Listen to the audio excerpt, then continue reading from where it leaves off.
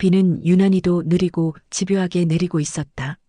마치 오래된 상처를 다시 쿡쿡 찌르듯 창밖에 부딪히는 빗소리가 그칠 줄을 몰랐다. 검은 대문 앞 낡은 우편함은 이미 물에 젖어 무게를 잃은 듯 비스듬히 기울어 있었고 그 아래 문턱에는 한 장의 편지가 얌전히 놓여 있었다. 봉투는 이미 빗물에 얼룩져 글자가 번지고 있었지만 그 위로는 누군가의 손길이 닿았음을 짐작하게 하는 지문 모양의 흔적이 선명했다. 집안은 고요했다.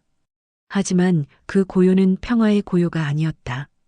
깊은 산속 동굴 같은 정적, 누군가 숨을 참고 있는 듯한 정적, 곧 무언가가 터져나올 것 같은 불길한 고요였다. 벽에 걸린 오래된 시계는 정확히 밤 8시를 가리킨 채 멈춰 있었다. 초침은 딱 그 자리에서 마지막 몸부림을 치고는 더 이상 움직이지 않았다. 집 안가득히 퍼져 있는 정적을 깨트린 건 시계가 아니라 시계가 멈추면서 남긴 부재의 소리였다. 그 정적이야말로 가장 큰 소음이었다. 윤정이 여든을 바라보는 나이보다 훨씬 젊어 보이는 그녀는 창가에 서 있었다. 희미한 가로등 불빛이 얼굴의 반쪽을 비추고 있었다. 주름이 깊게 패인 눈가와 굳게 담은 입술, 그리고 잔뜩 움켜쥔 두 손. 그녀는 편지를 발견했지만 집어들지 않았다. 아니, 차마 손에 쥘 수가 없었다. 그것은 단순한 종이 한 장이 아니었다. 그녀의 지난 세월과 남은 생을 송두리째 바꿔놓을 무언가였다. 그녀의 눈길은 멈춘 시계로 향했다. 그 시계는 남편 박도연이 결혼 기념일에 선물했던 것이다. 앞으로 우리 시간은 함께 간다. 던 약속의 상징. 그러나 지금 그 시계는 무심하게 멈춰 있었다. 그 순간 정희는 깨달았다. 시간은 함께 가지 않았다. 오히려 각자의 길에서 따로 멈추어 버린 것이다. 밖에서는 또 다른 발걸음 소리가 빗소리를 가르고 다가왔다. 문 앞에 누군가가 서는 듯한 기척. 그러나 초인종은 울리지 않았다. 오직 빗물만이 바닥을 때리며 초조한 리듬을 만들어내고 있었다. 정희는 심장이 덜컥 내려앉는 것을 느꼈다. 혹시 그 사람이 돌아온 걸까? 아니면 그녀일까? 두려움과 기대가 동시에 가슴을 파고들었다. 손주 지우의 웃음소리가 불현듯 머릿속에 울렸다. 할머니, 시계는 왜 밤이면 더 크게 똑딱거려요? 그날의 질문이 지금은 저주처럼 들렸다. 초침 소리를 들을 수 없게 된 지금 정희는 그 질문의 의미를 다시 곱씹었다. 똑딱거림이 커진 게 아니라 멈추기 전 마지막 몸부림이 더 크게 들렸던 건 아닐까? 정희는 천천히 문을 향해 걸음을 옮겼다. 발자국마다 바닥이 삐걱이며 오래된 집의 숨소리를 내뱉었다. 그녀가 문고리를 잡으려는 순간 번개가 하늘을 가르며 창문 너머 방안을 환하게 밝혔다. 그 순간 벽에 걸린 가족사진 속 얼굴들이 눈부시게 드러났다. 환한 미소로 웃고 있는 과거의 가족들. 그러나 지금은 그 웃음이 오히려 비웃음처럼 보였다. 정희는 눈을 감았다. 그리고 마음속으로 중얼거렸다. 오늘 밤 모든 게 달라질 거야. 편지는 여전히 문턱 위에 놓여 있었다. 그러나 그 종이 한 장이 이제는 단순한 봉투가 아니었다. 그것은 오래 묻혀있던 진실을 파헤칠 열쇠이자 한 가정을 송두리째 흔들어 놓을 폭탄이었다. 그녀는 문을 열지 않았다. 대신 고개를 돌려 시계를 다시 바라보았다. 멈춘 초침이 여전히 팔을 가리키고 있었다. 그리고 그 순간 정희는 알았다. 앞으로 펼쳐질 이야기는 이 멈춘 초침의 비밀에서 시작될 것임을. 아침 햇살은 여전히 따뜻했고 부엌 창문으로 들어온 빛은 식탁 위를 은은하게 물들였다. 윤정이는 앞치마를 고쳐 매며 손주 지후와 함께 반찬을 늘어놓고 있었다. 싱그러운 채소 위로 물방울이 맺혀 반짝였고 정희는 그 모습을 보며 마음 한구석이 절로 풀렸다. 은퇴 이후 그녀의 하루는 이렇게 소소하고 단순했다. 교단에서 수십 년을 보내며 수많은 아이들의 이름을 외우고 시험지를 채점하던 긴장감은 사라지고 대신 손주의 깔깔거리는 웃음소리가 집안을 채우고 있었다. 할머니, 이 반찬은 내가 놓을게요. 지우는 작은 손으로 김치를 들더니 식탁 끝자리에 올려놓았다. 균형이 맞지 않아 접시가 덜컹거렸지만 그 모습조차 사랑스러웠다. 정희는 미소를 지으며 손주의 머리를 쓰다듬었다. 그래. 우리 지우가 도와주니 밥상이 금방 차려지네. 오늘은 내가 반 주인공이야. 거실 쪽에서는 남편 박도연의 낮은 기침 소리가 들렸다. 그는 은퇴 후 한가한 시간을 보내며 종종 신문을 정독하거나 텃밭을 손질했다. 도연은 젊을 적부터 지역사회에서 성실한 가장으로 통했고 은퇴한 지금도 여전히 이웃들에게 존경받는 사람이었다. 정희는 그런 남편을 보며 그래도 잘 살아온 세월이었구나 하고 자주 생각했다. 물론 부부 사이에 작은 다툼과 오해가 없었던 건 아니지만 이제는 그 모든 게 지나간 풍경처럼 느껴졌다.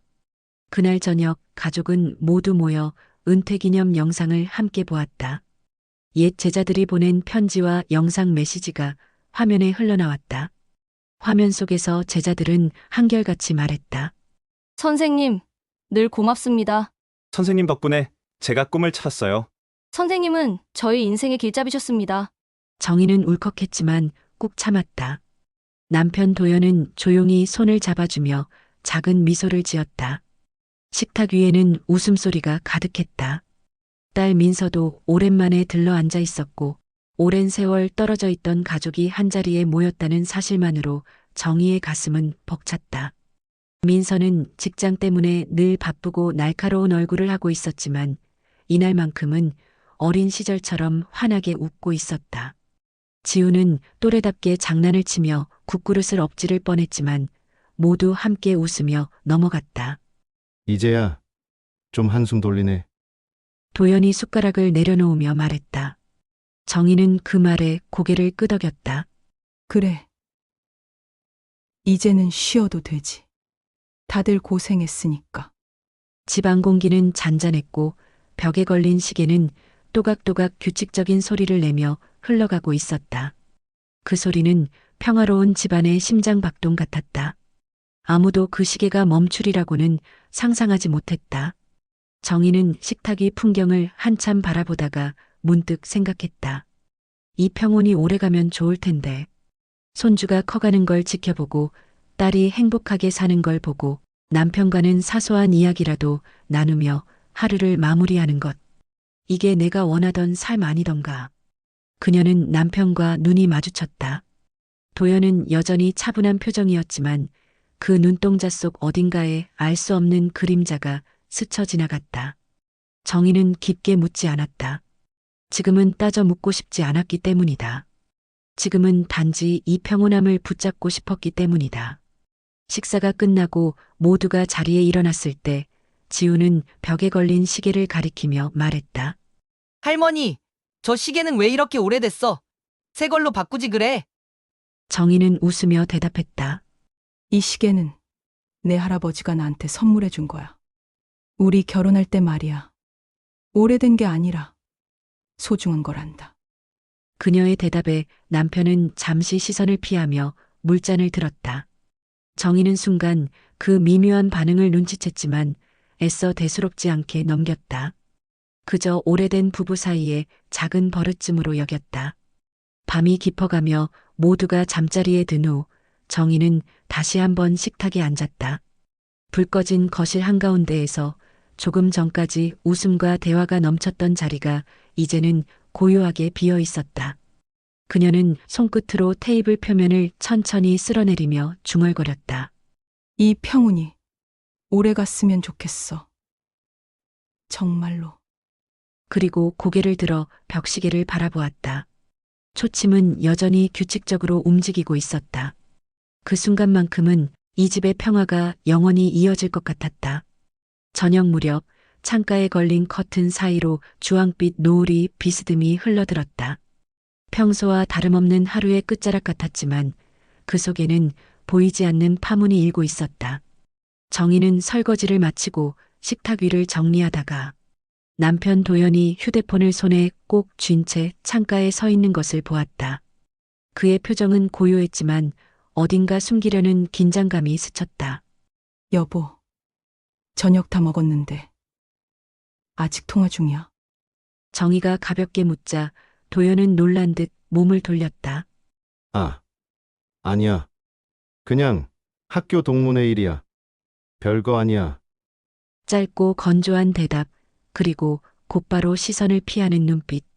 평소 같으면 무심코 넘겼을 일인데 그 순간 정희의 가슴 속에서는 작은 바늘이 스며든 듯한 불편함이 남았다. 그날 밤 도연은 방 안에서 늦도록 나오지 않았다. 휴대폰을 붙잡고 조용히 속삭이는 목소리가 문틈 사이로 흘러나왔다. 정희는 무심한 척 거실 소파에 앉아 있었지만 귀는 온전히 그쪽을 향해 있었다. 낮게 들려오는 단어 하나가 그녀의 심장을 덜컥 내려앉게 했다. 라영. 순간 손끝이 얼어붙는 듯했다. 라영? 낯설지만 묘하게 익숙한 이름. 정희는 그 이름을 곱씹으며 스스로를 달래려 했다. 설마 그냥 친구겠지. 흔한 이름일 수도 있어. 하지만 불길한 그림자가 마음속에서 스멀스멀 자라났다. 다음 날 아침 정희는 우연히 남편의 서재에서 낯선 서류를 발견했다. 서랍 구석에 대충 꽂혀있던 서류 봉투, 거기에는 부동산 위임장 사본과 낯선 인감 도장이 찍혀 있었다. 그녀는 봉투를 덮으며 손끝이 떨리는 것을 감추려 애썼다. 왜 이런 걸 숨겨놨을까? 동문의 일이 아니라 다른 거래였던 거야? 점심 무렵 딸 민서가 집에 들렀다. 정희는 무심히 던지듯 말을 꺼냈다. 민서야, 내 아빠가 요즘 좀 이상한 것 같아. 밤마다 전화도 자주 하고 이상한 서류도 있더라. 민서는 짜증 섞인 웃음을 지으며 대꾸했다. 엄마, 또 예민하게 구는 거 아니야? 아빠는 그런 분 아니잖아. 혹시 엄마가 오해하는 거 아닐까? 정희는 말문이 막혔다. 딸의 말이 틀린 것도 아니었다. 도연은 평생 성실한 가장으로 살아왔으니까. 하지만 어쩐지 이번만큼은 달랐다. 설명할 수 없는 낯설, 그리고 그 낯설미 점점 그녀의 마음을 파고드는 느낌. 밤이 되어 모두가 잠든 시각, 정희는 거실 불빛 하나 켜둔 채 식탁에 앉아 있었다. 그리고 시선을 벽에 걸린 시계로 옮겼다. 초침은 여전히 정확히 움직이고 있었지만 그 소리가 평소보다 크게 울리는 듯했다. 딱, 딱, 딱. 그 규칙적인 소리가 오히려 불규칙한 두근거림처럼 느껴졌다. 정희는 스스로를 다독였다. 괜찮아. 별일 아니야. 아마도 내가 괜한 의심을 하는 거겠지. 하지만 곧 이어진 또 다른 장면은 그녀의 마음을 다시 흔들어 놓았다. 부엌 창가에 놓인 컵받침대 위 남편의 휴대폰 화면이 잠시 켜졌다. 알림창에는 분명히 쓰여 있었다. 라영 오늘 밤엔 꼭 나와요. 그 순간 정희의 눈앞에서 세계가 흔들리는 듯했다. 그토록 평온하다고 믿었던 시간이 조용히 무너져 내리고 있었다. 작은 균열이 그러나 돌이킬 수 없는 틈이 생겨나고 있었다. 다음 날 아침 창밖의 날씨는 맑았지만 정희의 마음은 흐린 안개 속 같았다. 평소와 다름없이 밥상을 차리고 남편 도연의 자리를 채워놓았지만 그 자리는 어쩐지 비어있는 듯했다. 도연은 식탁에 앉아 있었지만 그의 시선은 밥상 위가 아닌 휴대폰 화면 위에 머물러 있었다. 정희는 그 모습을 애써 모른 척했지만 숟가락을 쥔 손끝이 자꾸만 떨렸다. 여보, 반찬 좀 드쇼. 정희가 조용히 말을 건네자 도연은 고개를 들지도 않은 채 응, 하고 짧게 대답했다. 그 목소리는 멀리서 들려오는 메아리처럼 공허했다. 민서가 주말에 다시 집에 들렀다. 정희는 용기를 내어 남편의 수상한 행동에 대해 다시 이야기했다. 민서야, 내 아빠가 요즘 이상해. 밤마다 통화하는 이름이 라영이래. 그게 누군지 모르겠어. 그러나 민서의 표정은 차갑게 굳어졌다. 엄마, 그만 좀 해. 아빠를 왜 그렇게 몰아붙여? 평생 가족 위해 희생하신 분이야. 엄마가 괜히 의심하는 거잖아. 그녀의 날카로운 말은 칼날처럼 정희의 가슴을 베었다. 순간 정희는 자신이 마치 집안에서 외로운 이방인처럼 느껴졌다. 딸조차 믿어주지 않는다는 사실이 그녀의 상처를 더 깊게 만들었다. 밤이 되자 집은 다시 정적에 잠겼다. 도연은 서재에 틀어박혀 전화를 했고 정희는 식탁에 홀로 앉아 있었다. 시계 초침은 여전히 일정하게 흘러가고 있었지만 그 소리는 마치 비웃듯 점점 커지는 듯했다. 딱, 딱, 딱. 정희는 무심코 서랍을 열었다. 그리고 거기서 발견한 또 다른 봉투. 안에는 은행 거래 내역서가 들어 있었다. 거액의 돈이 정체 모를 계좌로 빠져나간 흔적. 그녀의 손이 떨리며 종이가 찢어질 듯 구겨졌다. 이건 무슨 돈이지? 속삭임은 곧 분노 섞인 숨으로 변했다. 다음 날 정희는 도연에게 직접 물었다. 여보, 이 돈은 뭐야? 누구한테 간 거야? 도연은 잠시 굳어졌다가 무겁게 대답했다. 내 일은 내가 알아서 해. 괜히 캐묻지 마. 그 짧은 말이 정희의 가슴을 송두리째 찔렀다. 부부라면 공유해야 할 삶, 나눠야 할 진실이 이제는 벽 너머의 비밀로만 남아있다는 사실이 뼈아프게 다가왔다. 정희는 잠을 이루지 못했다.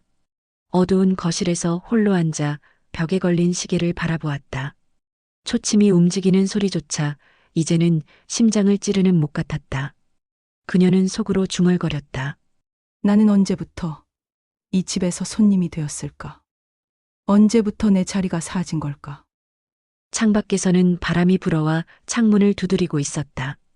작은 흔들림에도 유리창은 금이 간 듯 아슬아슬하게 떨렸다. 그것은 마치 정희의 마음을 그대로 비춘 거울 같았다. 겉으로는 아직 깨지지 않았지만 이미 안쪽에서는 서서히 조각나고 있었다. 그리고 그날 밤 다시 휴대폰 알림이 울렸다. 정희의 눈은 본능처럼 그 화면을 향했다. 라영 이제 곧 정리할 때가 됐어. 정희의 손끝이 서늘해졌다. 균열은 더 이상 작은 틈이 아니었다. 그것은 이제 돌이킬 수 없는 상처가 되어 그녀의 가슴속 깊은 곳을 파고들고 있었다. 그날 저녁 평소처럼 도연이 서재에서 나오지 않자 정희는 무거운 마음으로 방문을 열었다. 하지만 방 안은 텅 비어 있었다. 책상 위에 놓여있던 휴대폰 자리도 늘 걸려있던 재킷도 보이지 않았다. 창문은 반쯤 열려 있었고 커튼은 바람에 흔들리며 공허하게 펄럭였다. 여보, 정희의 목소리는 방 안 어둠 속으로 삼켜졌다. 급히 집안을 샅샅이 뒤졌지만 도연의 흔적은 어디에도 없었다. 지갑, 휴대폰, 외투까지 모두 사라진 상태였다. 단 한 줄의 메모조차 남기지 않은 채 그는 흔적도 없이 사라져 있었다. 정희는 두 손으로 얼굴을 감싸쥐었다. 가슴속 깊은 곳에서 무너져 내리는 소리가 들리는 듯했다. 그토록 평온했던 식탁, 그토록 오랫동안 함께 걸어온 시간 그것들이 한순간에 허물어지고 있었다. 그때 현관문에서 갑작스러운 초인종 소리가 울렸다. 정희는 움찔하며 문 앞으로 다가갔다. 문을 열자 낯선 여인이 서 있었다. 단정한 차림에 차갑게 웃는 얼굴. 그녀는 자신 있게 발을 들여놓으며 낮은 목소리로 말했다. 안녕하세요. 저는 김나영이라고 합니다. 순간 정희의 온몸이 얼어붙었다. 바로 그 이름이었다. 밤마다 도연의 입술에서 흘러나왔던 알림창에 찍혀있던 바로 그 이름. 여보 어디 계신 거예요? 정희는 속으로만 중얼거렸다. 그러나 라영은 이미 집안을 둘러보며 부드럽게 그러나 날카로운 말투로 덧붙였다. 박도연 씨는 이제 제 곁에 계실 겁니다. 이 집 곧 제 것이 될 테니까요. 정희의 손끝이 떨렸다. 한순간에 숨이 막히며 무릎이 꺾일 듯 휘청거렸다. 무슨 말씀이세요? 그분은 오래전부터 저와 함께할 준비를 하셨어요. 돈도 서류도 이미 다 제 쪽으로 넘어왔습니다. 선생님은 이제 그냥 관객일 뿐이죠. 라영은 미소를 지으며 손에 쥔 열쇠를 흔들었다. 그것은 낯설지 않은 바로 이 집 현관문 열쇠였다. 정희는 말문을 잃었다. 귓가에는 시계 초침 소리가 더욱 크게 울려 퍼졌다. 그러나 이번에는 이상했다. 초침이 움직이지 않고 있었다. 벽에 걸린 시계는 정확히 밤 8시를 가리킨 채 멈춰 있었다. 딱! 마지막으로 들린 소리 이후 집안은 정적에 잠겼다. 그 순간 정희는 알았다. 이제 이 집은, 이 시간은, 그리고 그녀의 삶은 더 이상 예전과 같을 수 없음을. 뒤이어 딸 민서가 들어섰다. 그러나 그녀의 얼굴에는 복잡한 감정이 엉켜 있었다.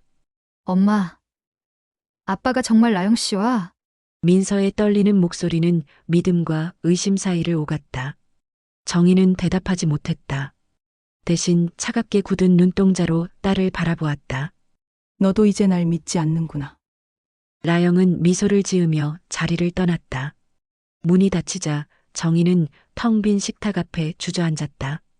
눈앞에 놓여 있는 반찬들은 여전히 정갈했지만 더 이상 그 의미는 사라져 있었다. 모든 것이 그대로인데 더 이상 그대로가 아닌 순간 그녀는 무너져 내리듯 눈물을 쏟아냈다. 식탁 위에 떨어진 눈물이 밥그릇에 부딪혀 작은 파문을 만들었다. 그것은 그녀 마음속 깊은 곳에서 벌어진 거대한 균열의 메아리였다. 그리고 그 순간 정희는 생각했다. 이제 나는 완전히 혼자가 되었구나. 가족도 남편도 누구도 나를 지켜주지 않는구나. 벽시계는 여전히 멈춰 있었다. 정희의 시간도 그렇게 멈춰버린 듯했다. 밤이 깊어갔다. 집안은 무겁게 가라앉아 있었고 멈춘 시계는 여전히 8시에서 멈춘 채 어둠 속에 매달려 있었다. 정희는 식탁에 엎드린 채 한참을 울다가 고개를 들었다. 두 눈은 충혈돼 있었지만 그 속에는 새로운 빛이 조금씩 스며들고 있었다. 더 이상 울기만 해서는 아무것도 달라지지 않는다는 것을 이제는 뼈저리게 깨달은 것이다. 그녀는 떨리는 손으로 주머니 속 편지를 꺼냈다. 비에 젖어 얼룩진 봉투는 이미 낡아 있었고 글씨는 흐릿하게 번져 있었다. 그러나 그 글씨 속에는 여전히 뭔가가 남아 있었다. 진실, 아직 밝혀지지 않은, 그러나 반드시 마주해야 할 무언가. 정희는 혼잣말처럼 중얼거렸다. 울음은 내일로 미루자. 오늘은 내가 해야 할 일을 하자. 그녀는 곧장 서랍을 열어 증거가 될 만한 서류들을 모았다. 도연의 서명이 들어간 위임장, 알 수 없는 계좌로 빠져나간 내역, 그리고 라영이 흔들어 보였던 열쇠 복제 흔적까지. 그 모든 조각들이 하나로 이어질 때 분명 무언가 드러날 거라 믿었다. 다음 날 아침 정희는 거울 앞에 섰다. 부은 얼굴을 화장으로 감추고 단정히 머리를 빗었다. 그 모습은 어제와 달라 보였다. 눈빛은 여전히 아프고 상처투성이었지만 그 속에 결연한 단단함이 깃들어 있었다. 그녀는 깊게 숨을 들이마시고 내뱉으며 마치 새로운 전쟁터에 나서는 병사처럼 자신을 다잡았다. 그 길로 정희는 오래 알고 지내던 장병수를 찾아갔다. 그는 남편의 오랜 지인으로 집안의 비밀을 오래전부터 알고 있는 듯한 사람이다. 문 앞에 서자마자 그녀는 봉투를 내밀며 떨리는 목소리로 말했다. 선생님, 이 편지 혹시 아세요? 이 글씨가, 이 내용이 뭘 의미하는지 알고 계시죠? 장병수는 편지를 받아 들여다보더니 순간적으로 얼굴을 굳혔다. 그러나 곧 차분히 대답했다. 정희 씨, 이 편지는 아직 말할 때가 아니오. 하지만 언젠가는 밝혀져야 할 거요. 다만 지금은 당신이 먼저 버티고 싸워야 하오. 그 말은 정희의 마음속에 불씨를 심어주었다. 아직 모든 게 어둡고 진실은 드러나지 않았지만 그녀는 깨달았다. 나는 더 이상 피해자가 아니다. 이제 내가 움직여야 한다. 집으로 돌아오는 길 정희는 하늘을 올려다보았다. 잿빛 구름 사이로 작은 햇살 한 줄기가 스며들고 있었다. 그것은 마치 그녀에게만 보내는 신호 같았다. 포기하지 마라. 아직 끝난 게 아니다. 그날 밤 정희는 다시 식탁에 앉아 노트 한 권을 펼쳤다. 그녀는 차분히 기록하기 시작했다. 남편의 수상한 통화식, 발견한 서류 목록, 돈이 빠져나간 계좌번호, 라영의 등장과 발언. 그리고 마지막 줄에 단호하게 적었다. 나는 지지 않는다. 그 순간 눈물이 다시 고였지만 이번에는 달랐다. 어제까지의 눈물이 절망이었다면 오늘의 눈물은 다짐이었다. 그녀는 마침내 상처를 끌어안고 그 상처를 무기로 바꾸려는 결심을 굳혔다. 다음 날 아침 정희는 서둘러 외출 준비를 했다. 손에 쥔 것은 작은 가방 하나, 그 안에는 지금까지 모아둔 모든 단서들이 들어 있었다. 위임장 사본, 계좌 거래 내역, 라영이 남긴 메모, 그리고 빗물에 젖은 편지. 아직은 조각난 퍼즐 같았지만 그녀는 이 조각들을 반드시 하나로 맞추어야 한다고 생각했다. 정희가 처음 찾아간 곳은 변호사 최의 사무실이었다. 냉정하지만 일처리가 확실하다는 소문이 돌던 인물. 문을 열자 사무실 안은 서류와 책으로 가득했지만 정돈된 질서가 느껴졌다. 무슨 일로 오셨습니까? 변호사 최는 정희를 위아래로 훑어보았다. 한눈에 절박한 사람임을 알아본 듯했다. 정희는 떨리는 목소리로 가방을 열어 보이며 말했다. 제 남편이 뭔가를 숨기고 있습니다. 이 서류들, 계좌들. 제게 아무런 설명도 하지 않았습니다. 그리고 어떤 여자가 나타났어요. 남편이 그 여자와 함께 모든 걸 제 손에서 빼앗으려 합니다. 제가 할 수 있는 게 있을까요? 변호사 최는 서류를 하나씩 검토하더니 미묘하게 눈썹을 치켜세웠다. 위임장의 서명이 흔들려 있습니다. 필적 감정에 회부하면 위조 가능성이 높습니다. 계좌도 특이하군요. 법적으로 다툴 여지가 있습니다. 정희의 눈이 커졌다. 처음으로 확실한 희망의 불빛이 보였기 때문이다. 정말 제가 싸울 수 있다는 말씀이세요. 싸워야 합니다. 그렇지 않으면 모든 걸 잃게 될 겁니다. 다만 증거는 더 필요합니다. 특히 남편이 스스로 남긴 기록이 있어야 합니다. 정희는 고개를 끄덕였다. 그리고 마음속으로 되뇌었다. 좋아. 이제부터는 내가 증거를 모은다. 내가 직접 싸운다. 며칠 뒤 정희는 은행을 찾아가 거래 내역을 다시 확인했다.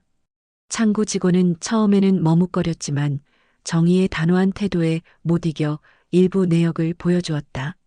거기에는 라영과 연관된 법인 계좌 이름이 선명히 찍혀 있었다. 정희는 그 순간 심장이 쿵 내려앉는 걸 느꼈지만 동시에 이를 악물었다. 그래. 바로 이거야. 이걸 무기로 삼을 수 있어. 그날 밤 정희는 라영을 직접 찾아갔다. 카페 한 구석 라영은 여유롭게 와인을 홀짝이며 그녀를 맞이했다. 어머, 선생님까지 이런 곳에 다 나오시다니. 무슨 일로? 정희는 흔들림 없는 목소리로 봉투를 내밀었다. 당신, 이 계좌 알지? 이제는 숨길 수 없을 거야. 라영의 얼굴이 잠시 굳었다. 그러나 곧 비웃듯 웃어넘겼다. 증거라고요? 이 정도로 저를 무너뜨릴 수 있을 것 같아요? 정희는 흔들리지 않았다.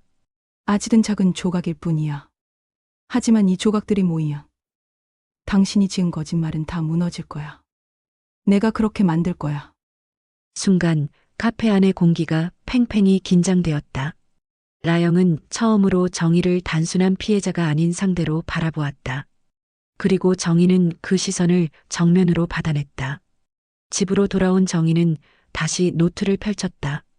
오늘 확보한 증거, 변호사의 조언, 라영의 반응까지 꼼꼼히 기록했다.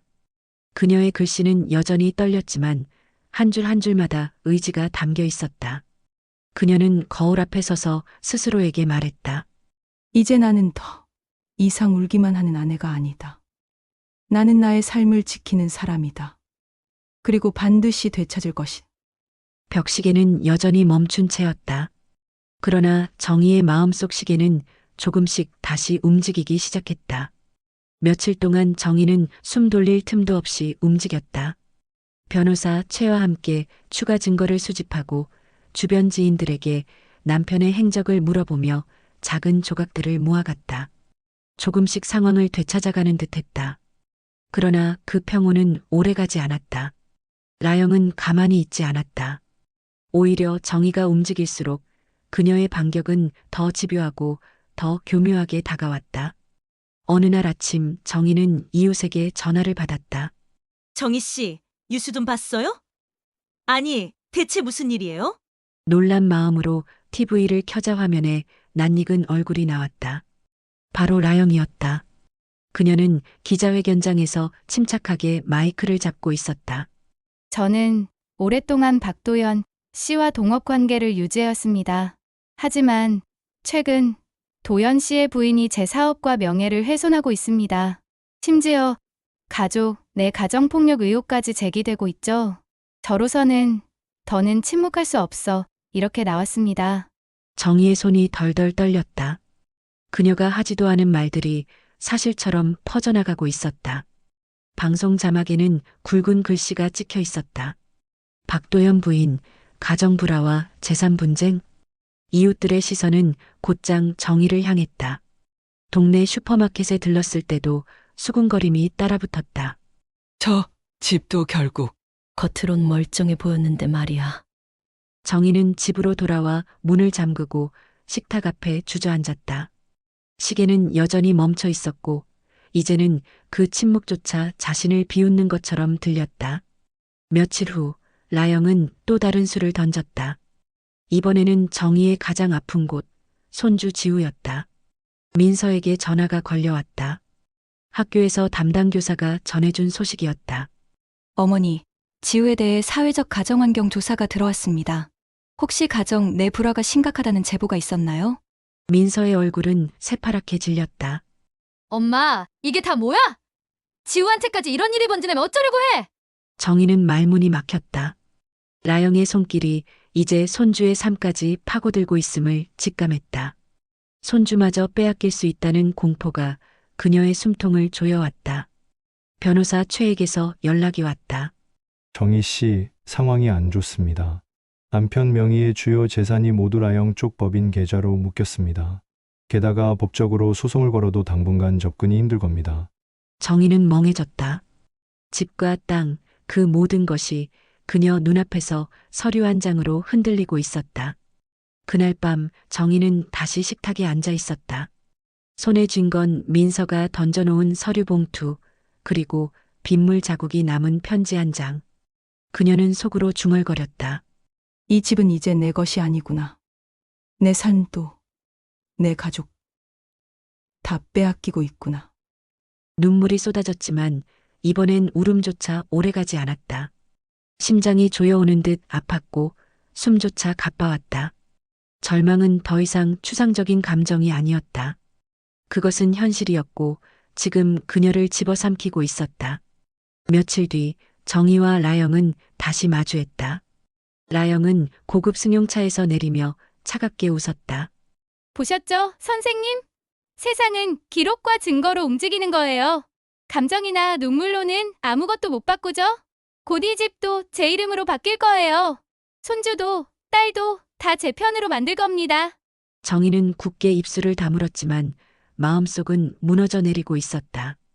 그녀는 라영의 말 속에서 잔혹한 진실을 들었다. 지금 싸움은 단순한 부부 갈등이 아니었다. 인생 전체를 송두리째 빼앗으려는 전쟁이었다. 정희는 집으로 돌아와 멈춘 시계를 바라보았다. 초침은 여전히 움직이지 않았다. 하지만 이제는 알 것 같았다. 이 멈춤은 단순한 고장이 아니라 앞으로 닥칠 더 큰 고통의 예고라는 것을. 그리고 정희는 속으로 되뇌었다. 아직 끝난 게 아니야. 너를 무너뜨리기 전에 내가 먼저 쓰러지진 않겠다.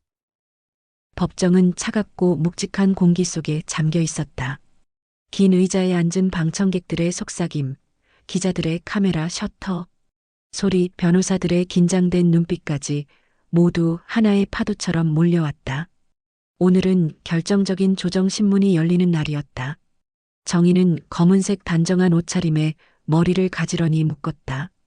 눈빛은 여전히 흔들렸지만 그 안에 담긴 결의는 분명했다.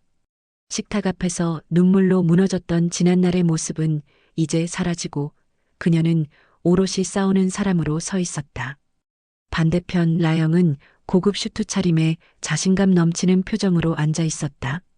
그녀는 기자들의 카메라를 향해 여유롭게 미소를 지어 보였다. 승자는 나다라는 표정이었다. 재판장이 들어서며 방 안은 조용해졌다.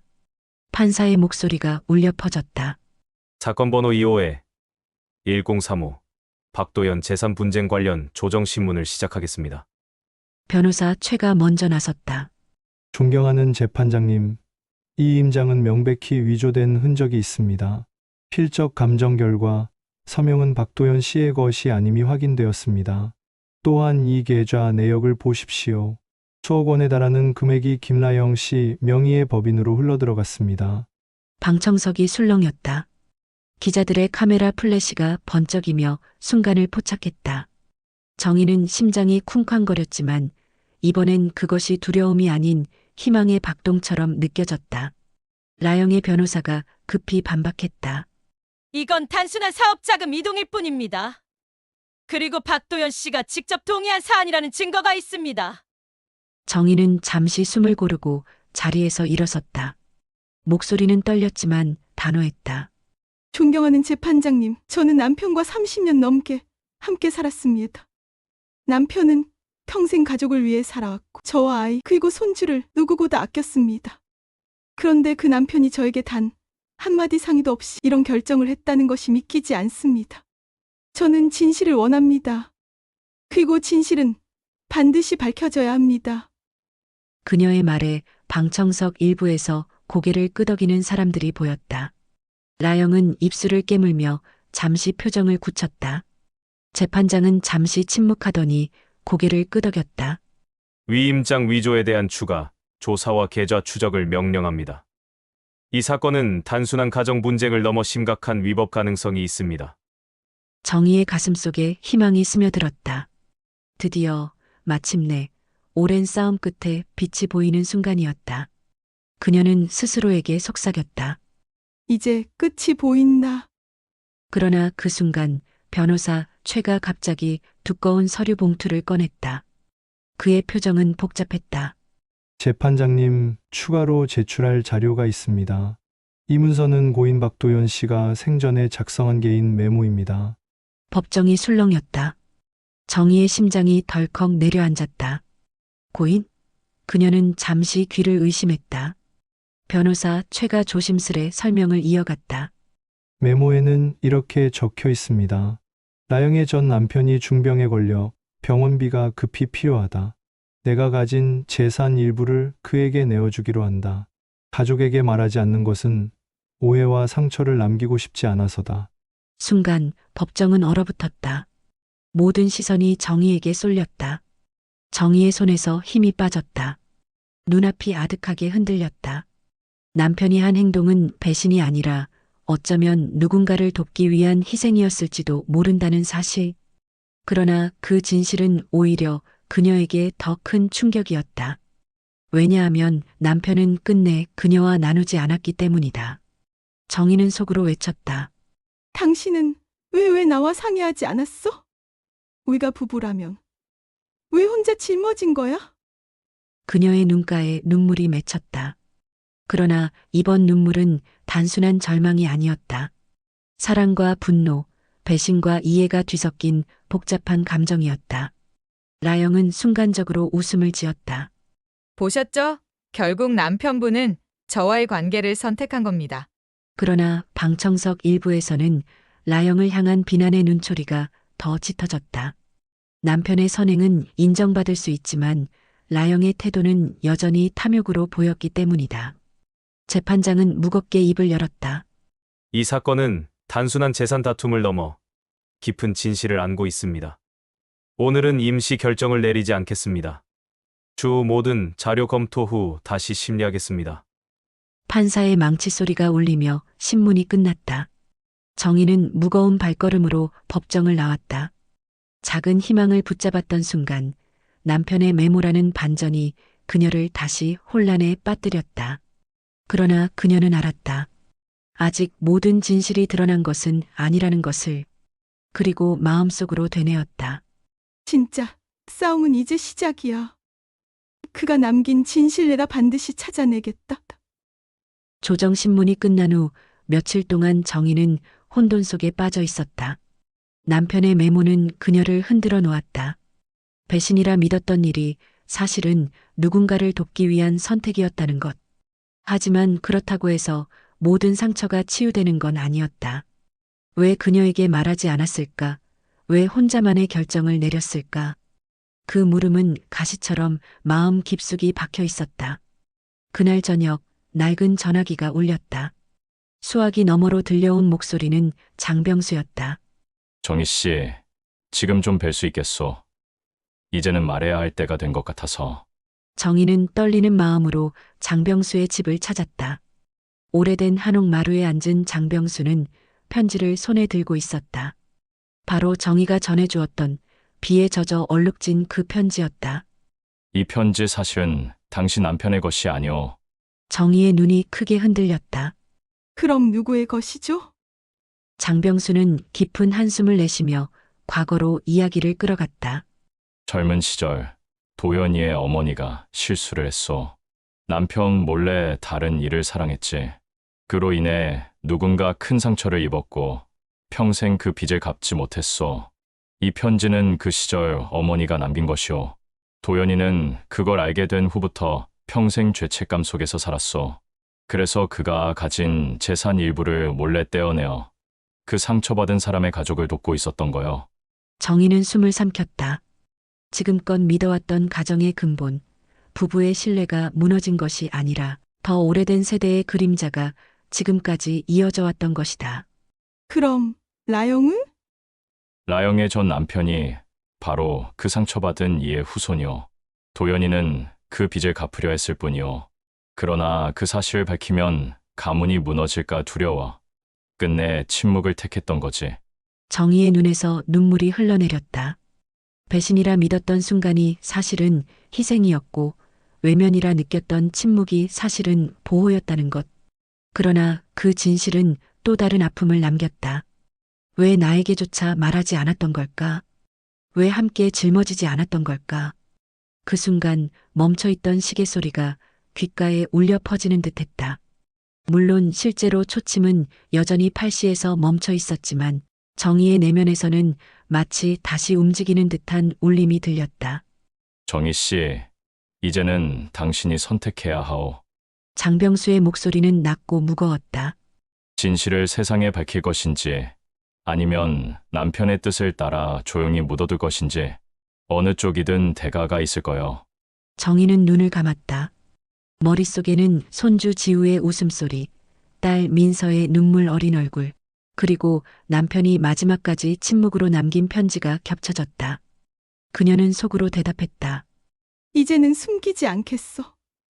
진실을 밝히는 게 모두를 위한 길이야.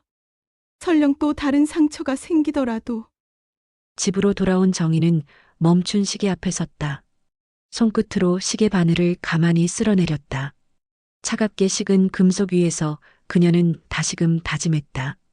이제 숨겨진 진실은 드러났다. 그리고 나는 그 진실 위에서 다시 살아가겠다. 장병수의 입에서 모든 진실이 드러난 그날 밤, 정희는 오래도록 멈춰있던 시계 앞에 앉아 있었다. 초침은 여전히 8시에서 멈춘 채 침묵하고 있었지만 그녀의 마음속에서는 무언가 다시 움직이고 있었다. 여보, 이제 알겠어? 당신이 왜 그토록 말없이 견뎠는지. 하지만 이제는 내가 대신 말할게. 우리가 함께 짊어져야 했던 그 짐을 나 혼자라도 끝까지 마주할 거야. 정희의 목소리는 떨렸지만 그 안에는 더 이상 절망이 없었다. 상실과 배신의 그림자는 여전히 남아 있었지만 그것을 끌어안고 걸어갈 용기가 그녀 안에서 피어나고 있었다. 며칠 후 정희는 오랜만에 가족을 불렀다. 딸 민서와 손주 지후, 그리고 몇몇 친척들이 식탁에 모였다. 식탁 위에는 정희가 정성껏 차린 음식들이 놓여 있었고 오래된 그 식탁은 다시 한번 가족의 중심이 되었다. 민서는 어색한 표정으로 자리에 앉았다. 그동안 엄마를 오해했던 미안함과 여전히 풀리지 않은 상처가 눈빛에 담겨 있었다. 그러나 정희는 딸의 손을 먼저 잡았다. 민서야, 내가 힘들었던 것도 알아. 하지만 이제 우리 서로 믿자. 상처가 깊을수록 붙잡아야 하는 게 가족이야. 민서의 눈가에 눈물이 맺혔다. 지우는 그런 분위기를 이해하지 못한 채 천진난만하게 말했다. 할머니, 오늘은 왜 이렇게 맛있는 게 많아요? 시계도 시계가 움직이고 있어. 순간 모두의 시선이 벽으로 향했다. 멈춰있던 시계의 초침이 다시 움직이고 있었다. 규칙적인 딱, 딱, 딱 소리가 식탁 위에 울려 퍼졌다. 정희는 가만히 웃으며 대답했다. 그래. 치후야. 이제 시간이 다시 가는 거야. 식사가 끝나고 모두가 떠난 뒤 정희는 홀로 식탁에 남았다. 빈 의자 하나가 눈에 들어왔다. 그 자리는 여전히 남편의 자리였다. 그는 이 자리에 다시 앉지 못할 것이다. 그러나 정희는 이제 그 빈자리를 원망으로 바라보지 않았다. 그것은 부재가 아니라 기억의 자리, 그리고 다시는 멈추지 않을 삶의 상징이었다. 그녀는 벽시계를 바라보며 조용히 속삭였다. 우린 늦게라도 진실을 마주했어. 그리고 나는 이제 앞으로 나아갈 거야. 내가 지키려던 가족, 내가 끝까지 이어갈게. 창밖에는 새벽 햇살이 천천히 퍼지고 있었다. 빗물 자국이 남아있던 유리창은 이제 투명하게 빛을 받아내고 있었다. 정희는 눈을 감았다. 마음 한가운데 아직 아물지 않은 상처가 있었지만 그 상처는 이제 절망이 아니라 새로운 시작의 증거였다. 카메라는 천천히 식탁 위를 훑는다. 빈 의자 하나 다시 움직이는 시계, 그리고 식탁 위에 놓여있는 낡은 편지. 편지의 모서리가 살짝 들려 있으며 그 안에는 아직 읽히지 않은 또 다른 글자가 숨어 있는 듯 보인다. 정희의 내레이션이 잔잔히 흘러나온다. 멈췄던 시간은 이유가 있었. 그 시간이 다시 흐르기 시작했듯 내 삶도 다시 움직인다. 하지만 나는 안나. 모든 끝은 또 다른 시작이라는 것을. 화면은 서서히 어두워지고 초침 소리만이 여운처럼 이어진다. 딱, 딱, 딱. 오늘 이야기 어떻게 보셨나요? 여러분의 가슴속에 작은 울림과 여운이 남았다면 그것만으로도 저희는 큰 보람을 느낍니다. 앞으로도 더 깊고 진한 이야기로 여러분을 찾아뵐 테니 잊지 말고 좋아요와 구독 눌러주시고요. 스토리가 재미있었다면 꼭 주변에도 공유해주세요. 여러분의 관심과 응원이 저희에게는 다음 이야기를 이어갈 가장 큰 힘이 됩니다.